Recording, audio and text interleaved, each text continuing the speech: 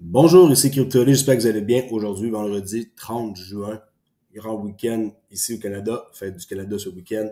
Alors, j'espère que vous allez profiter de cette fin de semaine pour vous reposer, où que vous soyez. Alors, c'est parti, aujourd'hui, on va aller voir à quoi ça ressemble le top 100 des cryptos.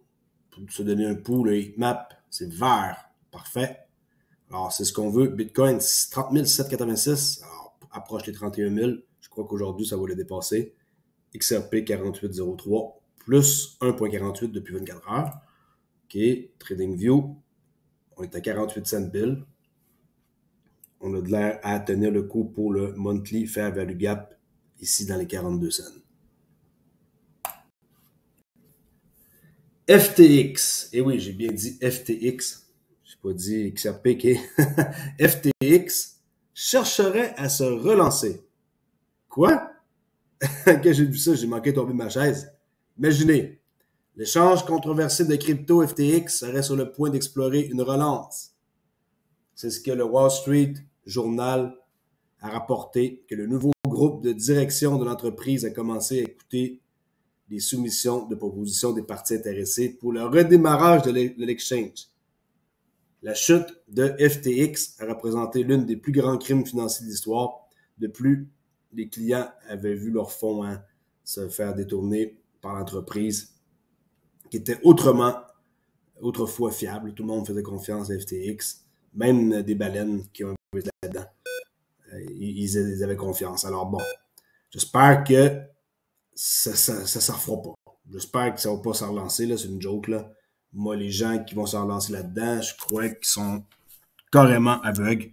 Puis qu'ils ne peuvent pas pardonner comme ça. Là. Moi, en tout cas, je vous dis, tenez-vous loin de FTX. Alors, on continue. Pendant que je suis en train d'avoir quelques difficultés avec mon ordinateur qui se déconnecte. Alors, c'est juste pour en parler de même, OK? Je veux pas en faire plus de nouvelles que ça. On peut voir qu'avant, ça avait l'enseigne ici dans l'aréna de Miami. Imaginez, hein, ils avaient payé pour un contrat de 20 ans, là, une somme astronomique. Même quand que moi j'avais vu ça aux nouvelles, je me disais, wow, c'est là pour rester FTX, c'est du sérieux. Et non, en passant à 8,5 milliards là, de dollars qui sont en train d'essayer de arranger pour redonner aux investisseurs floués, mais loin d'être fait. Ici, Joseph Lubin, qu'on aime tous, c'est une farce, qui est cofondateur d'Ethereum, je vous rappelle. Ici, il parle que ça n'a pas d'importance.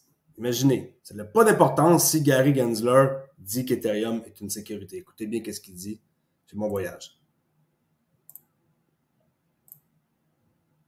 Almost out of time. Just in terms of what you would say to regulators that are trying to say that Ethereum is a security and should be treated as such. Well, regulators have spoken. The SEC has spoken. Bill Hinman made a speech. I think it was in mid-2018. It was disclosed that I think 18 of his colleagues at the SEC worked on the speech with him. The SEC actually spoke. The CFT. En passant, c'est tous eux, là, les fondateurs de Ethereum, qui est Vitalik Buterin, tout ce monde-là. Là. La plupart, je ne les connais pas. Bon, on connaît Charles Hoskinson de Cardano. Et oui, il était Ethereum au début, il l'a quitté. Alors, lui, on le connaît bien. Lui, les autres, plus ou moins, honnêtement. Là. Puis bon, Joseph Lubin, c'est pas mal les trois que je connais le plus. SEC has spoken very crisply, these are U.S. agencies, very crisply a number of times that they consider Ether a commodity and not a security. And so it's... En gros, c'est pas compliqué, là. C'est à la fin qu'il va le dire. Mais ici, que la SEC disait que Ether était plus une commodité, pas une sécurité, qui est... It's really a foregone conclusion at this point. There may be a regulator or two in the United States that can't bring himself to utter the fact that Ether is not a security, but I don't know why that's the case, and ultimately that just doesn't matter. En gros, il y a peut-être un régulateur à quelque part aux États-Unis qui pense qu'Ethereum n'est pas une sécurité, mais à la fin de tout, ça n'importe peu. Almost out of time. Just in terms of... Vous imaginez de dire ça, c'est n'importe peu qu'Ethereum soit une sécurité. Imaginez. Moi, honnêtement, ce gars-là, j'ai jamais été capable. Désolé là, pour ceux qui l'aiment. Je ne penserais pas que la communauté aime beaucoup la gang d'Ethereum, surtout du monde comme lui, là, des vendus qui sont aussi pourris de la tête aux pieds, avec toutes les espèces d'ententes, de trucs internes qui ont négocié avec la SEC. Moi, honnêtement, je suis très déçu quand j'entends ça. Je sais pas pour vous si c'est pareil, mais ils se moquent des gens là. Ils ont eu leur passe-droit, ils ont eu leur carte blanche Ethereum comme Bitcoin. Mais Bitcoin, au moins, on leur tape pas sur la tête par rapport à ça, parce que c'est qui est derrière ça, on ne sait pas. Mais là, Ethereum, vu qu'on sait c'est qui est derrière ça, c'est crissement choquant. C'est comme ça que je voulais dire ça. OK? Désolé pour le mauvais mot, là. On continue ici avec Altcoin quotidien qui, écoutez bien qu'est-ce qu'elle va dire, cette femme-là, là. Une artiste qui est très connue, réputée. XRP est prêt à exploser et elle est très enthousiaste, contrairement aux autres blockchains, comment que le XRP Ledger est rapide et efficace. Regardez bien ça. I'm a multi-chain artist, so I have NFTs on Ethereum, I have ordinals on Bitcoin, I have NFTs on Polygon, I did one on BNB, so XRP Ledger is my next... OK, elle a des cryptos sur toutes les blockchains, mais sa prochaine expérience, c'est le XRP Ledger, puis elle va dire « Wow! » comment qu'elle est surprise. Venture experiments. In the artsy NFT world, things that are new are hot. That is the advantage that the XRP Ledger in particular has, is that it's new, but also it's fast. It's literally lightning fast. And that I had not experienced on Ethereum or Polygon. So that was actually a big advantage I saw. I do believe it's undervalued, but I also believe Bitcoin is undervalued. If they win, it's going to go up. You are an established artist in the real world, in the crypto world, and now you're choosing the XRP Ledger to build art and NFTs on, not Ethereum. If you have US dollars in your bank account, pay close attention because we could be days away. Not Polygon, not... Désolé, comme vous pouvez voir, j'ai des problèmes de connexion là. Et ça cause des bugs. Cardano, not Solana, to create art on. I've never heard of that. Why XRP for NFT? En gros, il demande, t'aurais pu choisir de construire des NFT sur Solana, Ethereum, mais pourquoi XRP, Ledger? Pourquoi? Je vais remettre la traduction. Comme j'ai dit, j'ai des problèmes de connexion. OK. Actually kind of answered your own question. It's because you haven't heard about it. It's new. I like to do things that are new. I like to be first. I'm that kind of artist that tries to jump the gun, that tries to be first to everything. As soon as I heard about NFTs in 2017, back when they were trading CryptoKitties, I jumped on it immediately, started studying, researching what it was. And Beau, hein? Elle aime les choses nouvelles. Et sur le XRP Ledger, les NFT sont tout fous. Alors, elle aime s'en aller vers les choses qui sont rapides et qui sont nouveaux. T'sais, oui, elle pourrait construire des choses sur d'autres blockchains, mais pourquoi quand c'est lent? Et que c'est lent, moins rapide, on s'entend là. Nium atteint de nouveaux sommets en Europe avec l'embauche de personnes qu'on va voir ici. OK. Le GM. Et ça, ça va faire une expansion, bien sûr, dans toutes les régions de là-bas, dans l'Europe, plus équivalent dans des revenus plus grands, ça c'est clair. Et Nium, pour ceux qui ne le savent pas, c'est un client de Ripple, de longue date.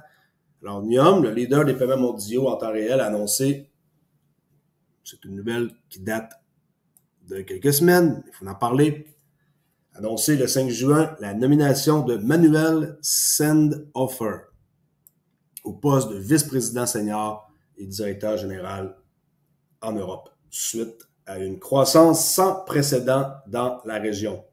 C'est pas n'importe qui, là, qui est vétéran chevronné de l'industrie fintech de Payoneer, que vous devez connaître en Europe, qui est plus connu qu'ici, là. Manuel apporte à Nium plus de 15 ans d'expérience dans la constitution d'équipes, la direction d'intégration, de fusion et d'acquisition et la mise à l'échelle d'organisations mondiales de l'amorçage à l'introduction en bourse. Cette nomination permettra à NIOM d'accélérer encore sa croissance en Europe, une région essentielle à son succès mondial. La licorne FinTech a plus que doublé son chiffre d'affaires européen l'année dernière, la région contribuant à plus de 40% du chiffre d'affaires mondial de l'entreprise. 40% du chiffre d'affaires mondial de l'entreprise. NIOM dessert les institutions financières, les agences de voyage et les plateformes numériques de la région et connaît une croissance rapide. Il gère actuellement 12 milliards de dollars de volume de transactions annuelles et prévoit de doubler à nouveau son chiffre d'affaires européen pour 2023. Avant de rejoindre Payoneer, Manuel, cet homme-là, en 2021, Sendoffer son famille, là, Sendoffer, qui on l'appelle Manuel. Manuel a passé près d'une décennie chez Unicredit avant de cofonder Optil, une société technologique basée à Munich, en Allemagne, qui rationalise les processus d'acceptation de paiement pour les commerçants du monde entier. Bon, t'as bonne place avec NIOM, là. Et qu'on s'entend qu'il faut aller chercher une bonne personne. Alors, si lui fait des bonnes affaires et qu'il est pour NIOM et que NIOM est partenaire de Ripple, égale kaboom, cash. OK? Ici, prochaine nouvelle, la semaine parisienne de blockchain, qui sont contents d'avoir reçu la présidente de Ripple, Monica Long, et elle va parler de Ripple et de l'industrie financière avec le Web 3 dans la semaine de la blockchain à Paris, qui a eu lieu dernièrement. Et on peut voir un extrait ici condensé des meilleurs moments. Très intéressant de voir qu'est-ce qu'elle va dire. Écoutez bien ça, ouvrez vos oreilles. Pas de traduction. Malheureusement, j'ai pas réussi à trouver cette version-là sur Internet. Là. Il y a la version longue seulement. OK? It's really interesting to look backward. Ah ben, c'est traduit en anglais, c'est vrai, mais pas en français. We started this journey of working with financial institutions in 2015. We would walk into banks. The original pitch was this idea of you can create an account on a public blockchain called XRP Ledger. It has a built-in decentralized exchange. This would be a very efficient way for you to conduct cross-border payments, provide you a lot more transparency. This was right after Mt. Gox collapse and Silk Road bust. You could guess that the banks generally slammed the doors in our faces. The timing was off. Since then, over the years, crypto as a market expanded a lot. There's been a much warmer embrace across the institutional world. The past couple of years have been a real tipping point for institutional DeFi, where you see even the biggest banks embracing this technology as the future, and they have to adapt or die. It's really interesting to look backward. We started this journey of working with financial institutions in 2015. We would walk into banks. The original pitch was this idea of you can... OK, en gros, compliqué. Quand on a commencé en 2015, c'était dans le fond un très bon moment avec Silk Road et Mt. Gox. Et qu'est-ce que vous pensez que ça a fait quand ils ont été voir les banques? Les banques leur ont fermé la porte au nez. Et par la suite, c'est pas compliqué, ça l'a changé. Et maintenant que ça l'a changé et qu'ils sont en train de construire les ponts, ben, c'est ça qu'elle veut dire. C'est qu'avant, dans les débuts, ils ont juste eu un mauvais timing. Et des fois, les gens pensent que tout le monde peut prévoir le timing parfait pour lancer quelque chose, là. Mais c'est un résumé qu'on peut voir comment est-ce que leur journée a commencé difficile, puis maintenant, on est dans la DeFi institutionnelle qui sont de plus en plus intéressés les banques. Et je vous dis, la DeFi est là pour rester. Oui, on a eu des mauvaises nouvelles, des mauvaises surprises. Même moi aussi, j'ai embarqué dans des trucs que ça n'a pas tenu le coup. Mais, pas parce que une affaire n'a pas fonctionné une première fois que ça ne peut pas fonctionner une deuxième. Le début de quelque chose, souvent, ça ne marche pas. Ça serait le fun qu'on embarque tous dans quelque chose qui fonctionne immédiatement. Mais quand c'est une adoption mondiale, détrompez-vous, vous allez attendre plus qu'une année. Moi, j'ai toujours comme objectif, je vous le dis, je vous le répète, pour l'adoption globale, c'est des standards à peu près partout à travers les personnes au plan. C'est 2030 pour adoption globale. Alors, on est en 2023, il reste 7 ans. Est-ce que dans 7 ans, vraiment, vous êtes vraiment pressé de vendre votre crypto dans 2 jours? Attendez, 7 ans, c'est pas si pire que ça. À peu près, je dirais, attendez 5 à 7 ans. OK?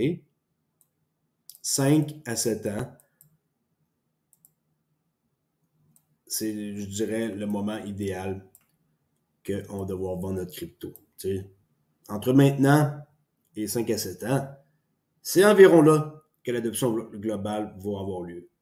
Jamais que l'adoption globale est pour une année. Jamais que c'est pour 2 années. Tout le monde en parle. La BIS en parle. Le FMI. Il n'y a personne qui va construire toute la planète au complet. Puis que tout va être beau. Tout va être sur la blockchain. Toutes les NFT. Toutes les institutions vont utiliser DeFi.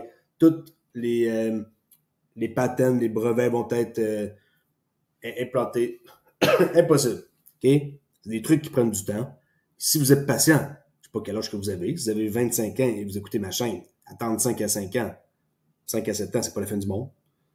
Même si vous avez 50 ans, c'est que ça fait prendre votre retraite à 55 ans au lieu de 50 ans.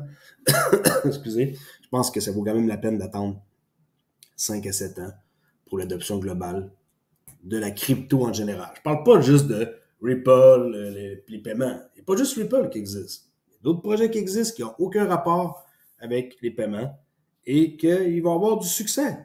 Moi, ma chaîne est basée sur Ripple. Il y a d'autres projets qui existent qui ne sont pas basés sur les paiements et qui vont avoir un succès aussi important, mais dans quelque chose d'autre. OK? Petite nouvelle ici sur Télégraphe d'Or qui dit que 130 pays qui représentant 98% de l'économie mondiale explorent maintenant des versions numériques de leur monnaie, dont près de la moitié en stade de développement, soit avancé, pilote ou de lancement. Alors, c'est une nouvelle. On peut voir sur Reuters qu'une étude montre que ces 130 pays-là, ils explorent les monnaies. Puis il y en a qui sont rendus à des stades avancés. Il y en a qui sont rendus à des stades où c'est un pilote. Là, ils testent. Puis il y en a qui sont en mode de lancement. Et 28 juin, sur Reuters, 130 pays qui représentent 98% de l'économie mondiale explorent désormais des versions numériques. Et ça, c'est ce qu'on vient de voir. C'est la même nouvelle que Télégraphe d'Or. Ce que je vais vous montrer, c'est ça ici. C'est les recherches du groupe de réflexion américain Atlantic Council, publié mercredi, indiquent que des progrès significatifs au cours des 6 derniers mois signifient que tous les pays du G20, à l'exception de l'Argentine, se trouvent désormais dans une de ces phases avancées. Et tout le monde, dans les 20, à part l'Argentine, sont dans une phase avancée. 2 autres grandes économies émergentes, l'Inde et le Brésil, prévoient également de lancer des monnaies numériques l'année prochaine. La Banque centrale européenne est sur la bonne voie pour lancer son projet pilote d'euro numérique pour un lancement en 2028. Voyez-vous? Dans 5 ans, projet pilote. Alors, il y a beaucoup de choses encore à attendre. Puis je sais que la crypto, si je pense à moi, comment que je suis, si je veux avoir, mettons, du XRP, j'aimerais ça avoir beaucoup d'XRP maintenant. Mais des fois, on ne peut pas. Des fois, on a un travail. On ne peut pas acheter comme qu'on voudrait. On ne peut pas acheter à chaque semaine. Alors, c'est sûr que c'est intéressant d'acheter présentement 2 pour 1 hein, du XRP. Dépensons $1, on en a 2. Mais l'année prochaine, supposons que c'est $1 pour $1. C'est pas la fin du monde. C'est quand même intéressant pareil. Alors, c'est ça que je veux dire.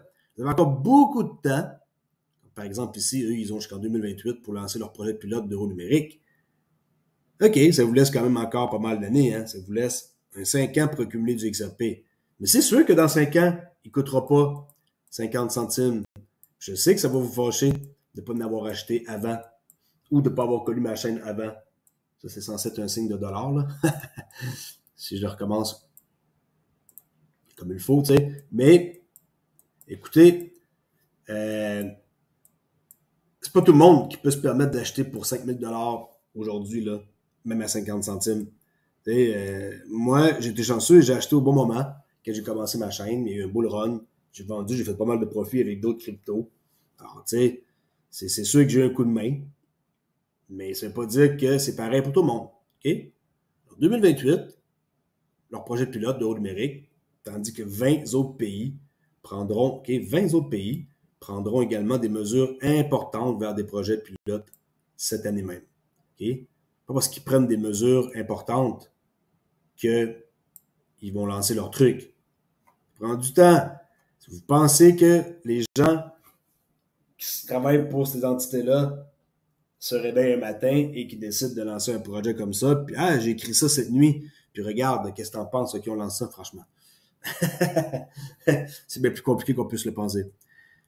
J'ai mis une note ici, importante à lire.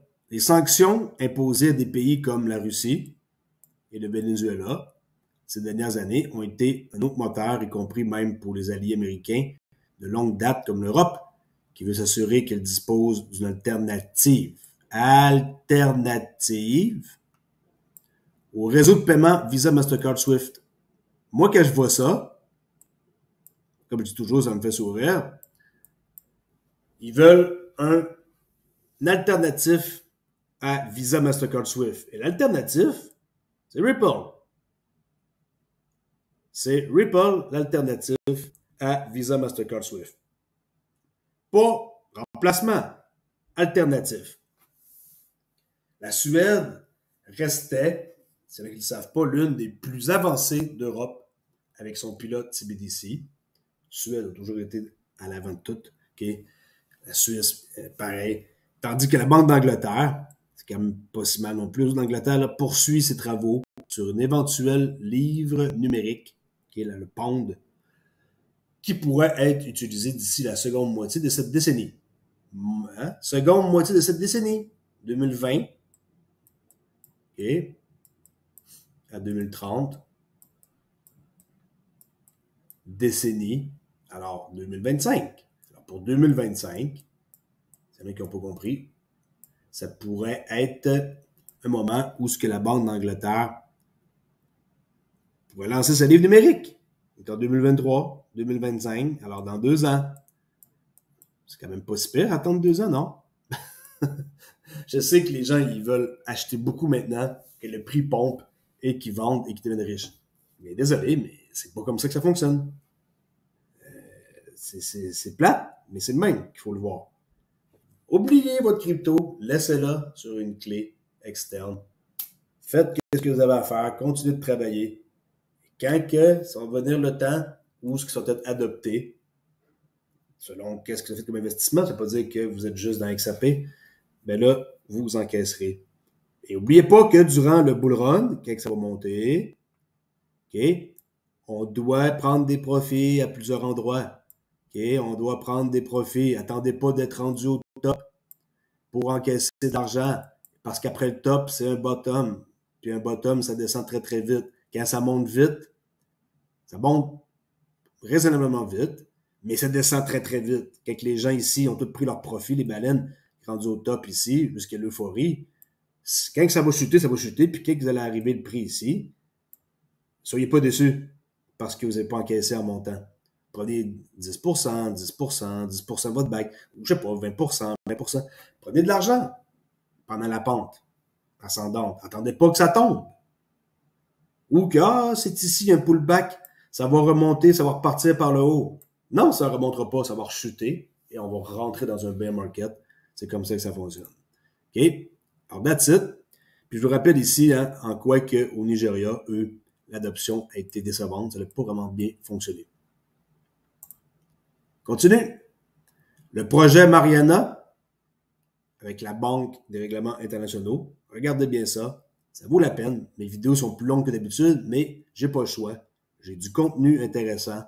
Et si cela vous intéresse, le projet Mariana est le premier projet intercentre, okay, entre l'Innovation Hub, qui appelle la BIS ici, réunissant les centres de la Suisse, Singapour et de l'Eurosystème, toute l'Europe, okay, incluant la Banque de France, bien sûr, qui est dans le projet, est relié avec la Suisse et Singapour. Regardez bien, l'autorité monétaire de Singapour et la Banque nationale suisse se tournent vers un monde futur où les banques centrales ont émis des monnaies numériques de banque centrale. Ils appellent ça une WCBDC, un Wholesale CBDC, et ils explorent de nouvelles options pour le commerce et les règlements de devises. Tout est clair, tout est là. Si vous ne voyez pas ça, désolé, mais il faut aller absolument vous nettoyer les yeux parce que tout est là et c'est clair. Il faut juste être un peu allumé et un peu au courant, rien de plus. Checkez bien ça. On va effacer les barbouillas. Voilà.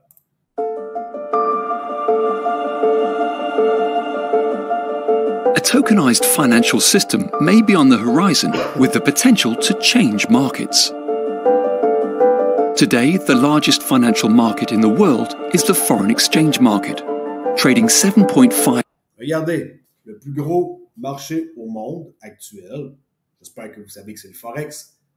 Moi, quand j'ai commencé le Forex, il y a plusieurs années, c'était 5 trilliards de dollars par jour. Puis j'essaie d'imaginer cette somme d'argent-là dans ma tête et je me disais, c'est impossible. Je pensais que c'était comme 5 milliards qui parlaient, mais non, 5 trilliards. Maintenant, c'est rendu 7,5. Et je vous dis un scoop, au mois fin juin, juillet, les règlements vont changer dans le monde du Forex. Alors, attendez-vous à des prix beaucoup plus rapides et beaucoup plus agressifs avec des règlements qui ne vont pas prendre 1 ou 2 ou 3 journées avant d'être réglés. Les règlements vont être quasiment instantanés. Alors, le Forex, dans le prochain mois, ça devrait être assez intense, merci. Ça, c'est un scoop que je vous dis. Ça va changer. Alors, on voit que là-dedans aussi, ça change. Et ils vont avoir des opportunités énormes parce que le prix, il va voyager hyper vite. Les règlements, ils vont se faire en journée même. C'est pas compliqué. Quand un règlement est émis, la journée même, la personne le reçoit. Pas besoin d'attendre. Tu sais, les settlements qu'ils appellent, là, ça va prendre peut-être quelques heures au lieu de 2 jours, 3 jours. OK? Checkez bien ça. Là, on ne parle pas de règlement dans cette vidéo-là, mais je voulais vous parler que le Forex, avec le 7,5 trilliards de dollars, l'argent va voyager d'une poche à l'autre instantanément. Et les balances sheets là, vont être comme clear, ils vont être à jour, quasiment instantanés, et non quelqu'un me doit de l'argent, j'attends 2-3 jours, OK, je le reçois. Vous comprenez ce que je veux dire? 5 trillion US dollars a day. How might we trade and settle FX in a tokenized world? Ils vont tokeniser aussi le Forex. Tout va être tokenisé. Tout. Project Mariana ventures a look. It explores how wholesale central bank digital currencies, together with concepts borrowed from emerging decentralized finance, may improve effectiveness, safety, and transparency of FX trading and settlement. Mariana is a joint project between the BIS Innovation Hub, the Bank of France, the Monetary Authority of Singapore, and the Swiss National Bank. How does it work? An international blockchain-based network is at the heart of the experiment. It serves as an interbank foreign exchange market for hypothetical euro, Singapore dollar, and Swiss franc wholesale CBDCs. So-called automated market makers, decentralized exchanges popular in today's DeFi markets, enable FX. Voyez-vous, il parle des AMM, Automate Market Maker. On va voir tantôt de quoi avec Ripple, qui est très important à savoir. Alors, eux aussi, ils s'en vont vers un Automate Market Maker dans un environnement décentralisé, tokenisé, qui va être capable de se régler comme ça en un claquement de doigts. Trading and settlement for financial institutions. Wholesale CBDCs originate from the domestic platforms. They can be transferred between the domestic platforms and the international network using bridges. Qu'est-ce que c'est les ponts? On le sait très bien, on utilise ça pour faire une transaction entre une blockchain et un autre. Il y a un pont. Pareil ici avec les banques commerciales qui vont pouvoir utiliser un pont pour émettre leurs tokens. A uniform technical standard for the wholesale CBDCs on the international network enables interoperability and central bank governance. Interopérabilité, encore le mot le plus populaire selon moi depuis les 3 dernières années. dans le domaine de la crypto, interopérabilité. J'ai appris ce mot-là avec Ripple et ça reste un des mots les plus utilisés dans à peu près n'importe quelle conversation des personnes qui font des conférences, là. Interopérabilité, l'Internet of Value, tout ça, c'est des trucs qui reviennent et qui sont utilisés par le monde de la crypto. Project Mariana pioneers the use of novel technology, such as AMMs for interbank FX markets, pushing the boundaries of central bank innovation. En gros, les banques centrales vont évoluer. Ils vont utiliser des automate market makers et tout va être ultra rapide en passant par un pont. OK? Ça, c'est le projet Mariana, échange transfrontalier de CBDC en gros, là, une WCBDC, c'est comme ça qu'ils l'appellent, en utilisant des teneurs de marché. Okay? Un teneur de marché automatisé, c'est ça, un AMM, là, moi je le dis toujours en anglais, là. Mais un teneur de marché automatisé, ça, il parle un peu de ça, puis il y a un document ici, s'il y en a que ça leur tente de lire. Qu'est-ce que j'en sais? Peut-être que ça vous intéresse, alors je mettrai le lien pour le document. Banque de France fait partie de ça, l'Autorité de marché de Singapour et la Banque de Suisse. Projet Mariana. OK. On continue dans le AMM, Automate Market Maker. Alors, le système Automate Market Maker, pour faire, dans le fond, un moteur de recherche de paiement. OK. N'importe qui peut construire ça. Si je veux, je m'en vais sur le XRP Ledger, puis je construis un moteur de paiement. Je peux demander à n'importe qui de me payer en passant par ce moteur de paiement-là. Alors, si on regarde, il y a un livre blanc que vous pouvez avoir d'aperçu du système de comment ça fonctionne, le paiement engine, engineering.ripple.com, et vous êtes capable d'accéder à un guide du développeur pour la conception d'un système de moteur de paiement. Quelqu'un qui est intéressé, il s'en va là, 20 juin 2023, et il va aller sur le lien que je vais mettre ici, qui est Ripple Engineering, et il va pouvoir regarder ça et regarder le livre complet et construire un système de moteur de paiement. Qu'est-ce que j'en sais? Peut-être qu'il y a quelqu'un qui va écouter ma chaîne et qui va dire « Hein, moi, ça m'intéresse. » Je sais pas, moi, c'est qui m'écoute. Je connais pas qu'est-ce que vous faites dans votre vie. Alors, tu sais, je peux juste voir que j'ai du monde, beaucoup de la France qui m'écoute, j'ai du monde du Canada, j'ai du monde un peu partout dans le monde, mais peut-être qu'il y a quelqu'un qui sait pas ça et qui va être content d'apprendre, qui peut construire ça. Alors, c'est pour ça que j'en parle, parce que c'est pas juste comme... c'est général, la chaîne, tu sais. Je parle de Ripple XRP, mais c'est général. Et un développeur peut écouter. OK? C'est pas mal ça pour aujourd'hui. Ça fait une vidéo encore longue, mais j'espère que vous avez apprécié cette vidéo-là. Si vous ne me connaissez pas encore, CryptoAli, vous pouvez cliquer sur rejoindre si ça vous intéresse et adhérer à un de mes forfaits XRP curieux, XRP aventureux ou XRP entrepreneur pour avoir des avantages particuliers et uniques, dont une badge comme ça à côté de votre nom, XRP, et je vous réponds en priorité et aussi dans les chats en direct. Alors, allez voir ça et n'oubliez pas que la crypto, c'est dangereux.